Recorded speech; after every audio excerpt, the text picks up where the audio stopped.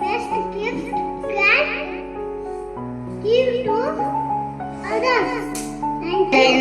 ಶುಭೋದಯಗಳು. ನನ್ನ ಹೆಸರು ಬಾಲಾಜಿ. ದಿನಾಂಕ 25 ನವೆಂಬರ್, ವಾರ ಸೋಮವಾರ.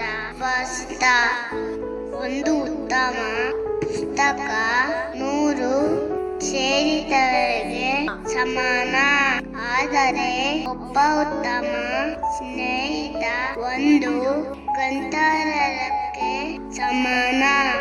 ಉಲ್ ಕಲಾಂ. ಧನ್ಯವಾದಗಳು.